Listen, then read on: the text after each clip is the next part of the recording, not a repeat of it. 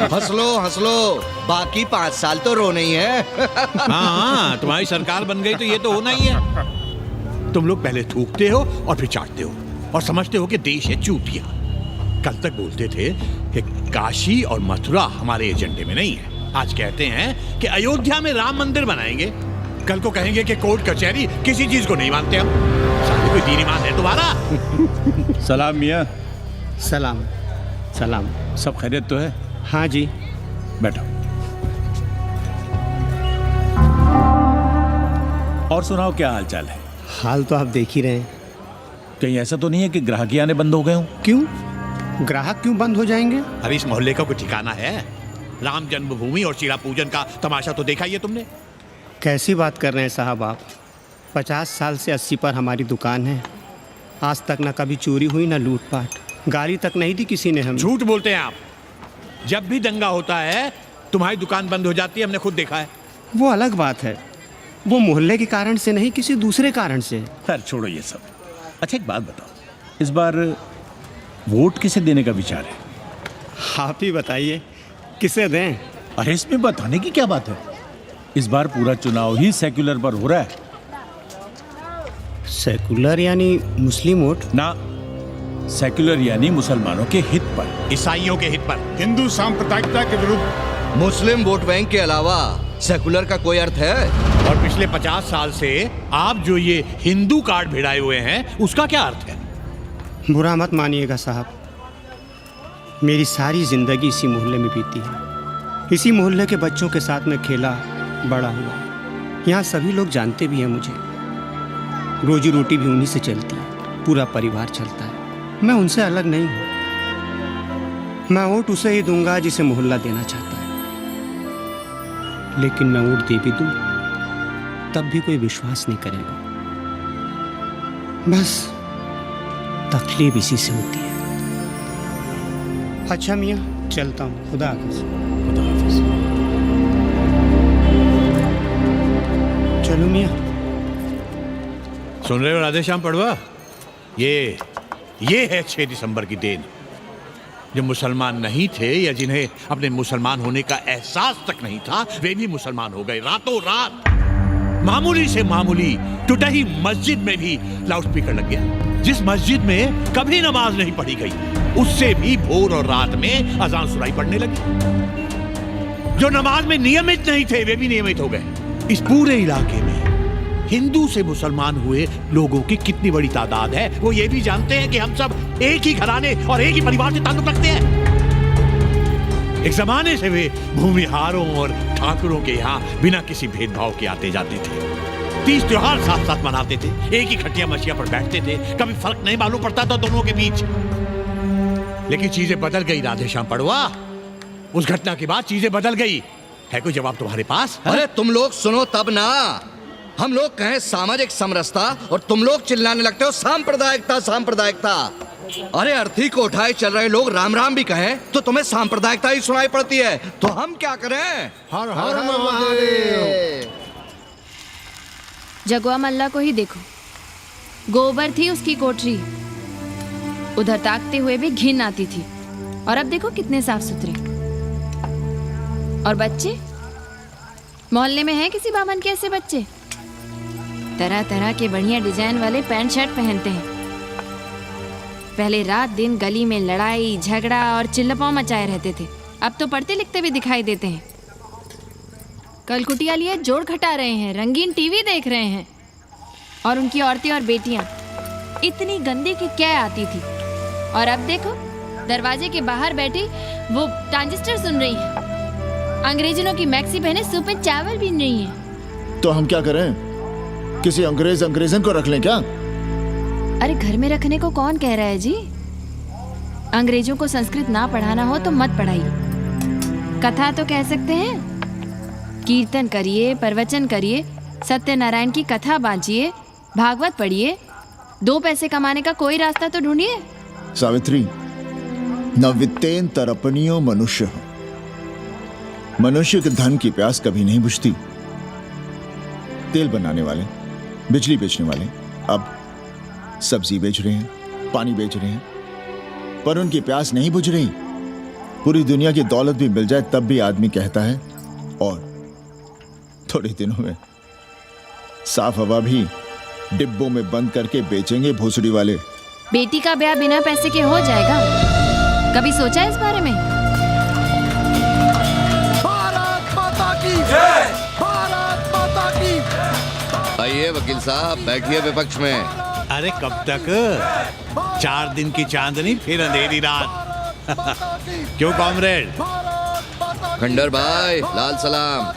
आप भी बैठिए श्रीवास्तव जी के साथ। हमने विपक्ष में बैठेंगे न यहाँ पप्पू की दुकान में। ये साला चुड़क को भंगेड़ी और भाजपाइयों का अड्डा हो गया। अरे कॉमरेड सुनो तो यार। खंडहर बच गए हैं, पर तेवर देखिए, 100 करोड़ की आबादी में 5 झटकुल्ली सीपीआई वाले, पर दिखाएंगे ऐसे कि जैसे ये ना हो तो देश ही ना चले।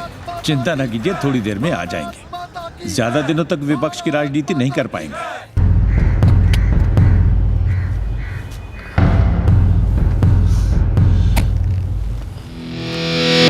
कैसे हो कानी?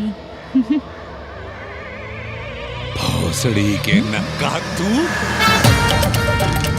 अरे सवित्रा बहनी, सवित्रा बहनी, अरे कहाँ हो? हम यहाँ हैं। अरे छत पर क्या चोंच लड़ा रही हो? गजब हो गया बहनी, सुनोगी तो हैरान रह जाओगी।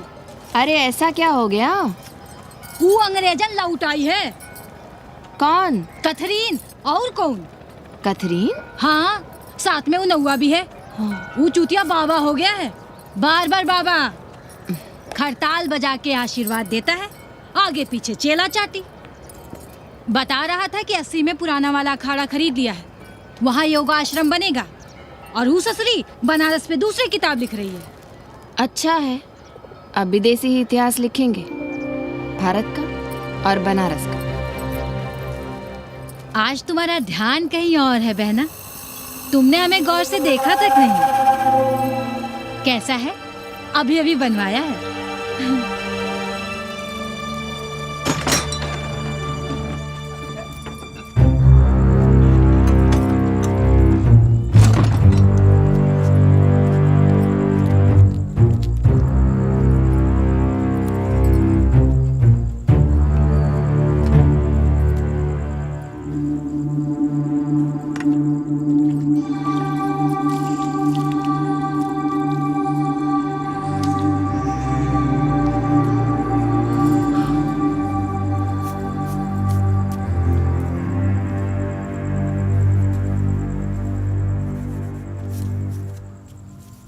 पापा, हमें कंप्यूटर क्लास की फीस भरनी है। बेटे क्यों सीखना है कंप्यूटर? क्या इसके पहले कंप्यूटर के बिना देश नहीं चलता था क्या? कहां से इतना पैसा लाएं? 4 फल खरीदने की तो हैसियत नहीं है हमारी। मंदिर जाते हैं तो पंडे पुजारी चढ़ावे से निकालकर 2-4 फल हमारे हाथ में रख देते हैं, वही हम तुम्हें देकर खुश हो जाते हैं। जो पढ़ रही हो वही बस है हमारे लिए।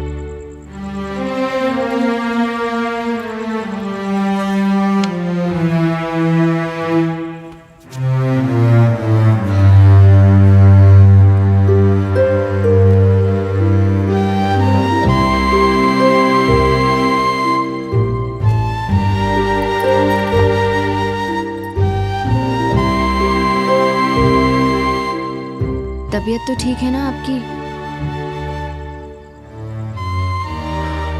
हमारी तबीयत को क्या हुआ?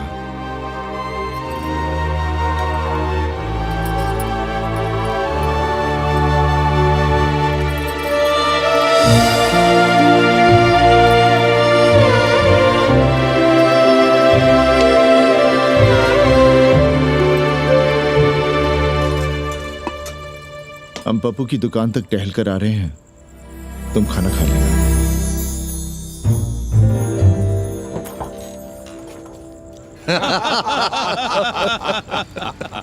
आइए आइए पांडे जी। प्रणाम प्रणाम प्रणाम। इससे पहले कि 80 घाट अमेरिका के मियामी का आसामी हो जाए और घाट के विदेशी और चौराहे के स्वदेशी इस देसी मोहल्ले की खाट खड़ी कर दें, आइए और देखिए किस कदर घंडऊ गदर मचा रहे हैं। ये दड़बे के गदर है। हाँ गया गुरु। कल की देखो तो क्या था 80? कुछ था क्या? क्यों पाणे जी?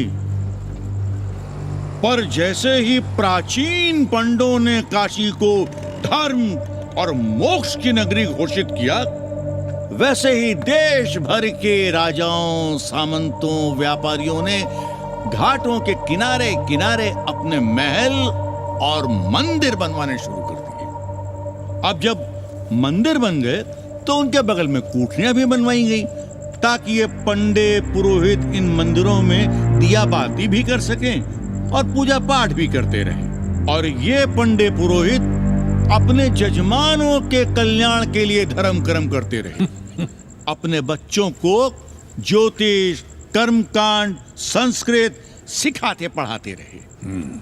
न जमीन जायदाद की चिंता, न राशन पानी की चिंता, न कपड़े लत्ते की। इसमें एक बात और जोड़ लीजिएगा गुरु, इन्हीं पंडों के पूजा पाठ के भरोसे वो अपनी रिया पर अत्याचार और जुल्म भी करता रहा कि जो पाप करो, जितना पाप करो, इन सब के प्रायश्चित का विधान हमारे पुरोहित के पास है। चाहे कोई बात करो, ये कम्युनिस्ट भोसड़ी के अपनी फिलॉसफी पेलने से बाज नहीं आती। खैर, आजादी के पहले सब कुछ चकाचक था। हालत बिगड़ी जमींदारी खत्म होने के बाद। अरे जो अपना नहीं संभाल पा रहे थे, वो पंडे पुरोहितों को क्या संभालते। सो जजमानी की कमाई बंद, और इधर बंधी बंधाई कोई आमदनी नहीं।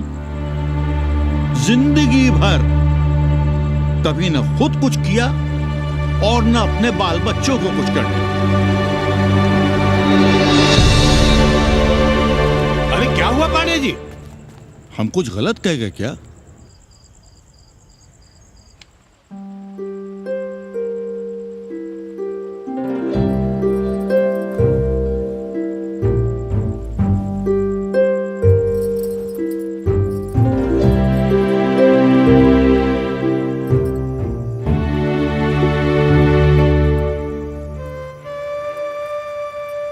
पानी पिएंगे? नहीं।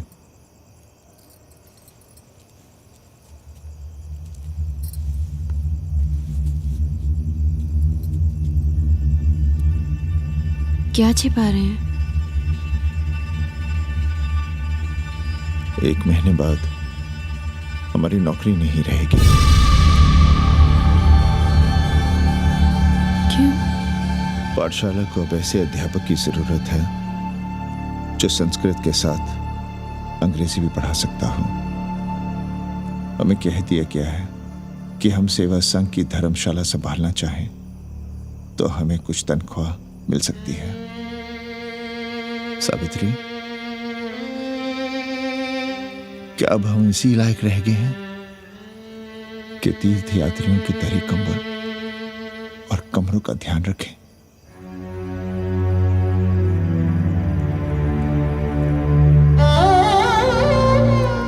हमारे पिता ने हमें अंग्रेजी नहीं पढ़ाई।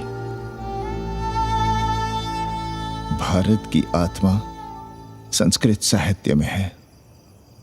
संस्कृत देववाणी है। यही सुनते पढ़े हुए हैं हम, और जीवन भर अंग्रेजी को करियाते रहे। हमारे बच्चों को भी हमने अंग्रेजी से दूर रखा, और आज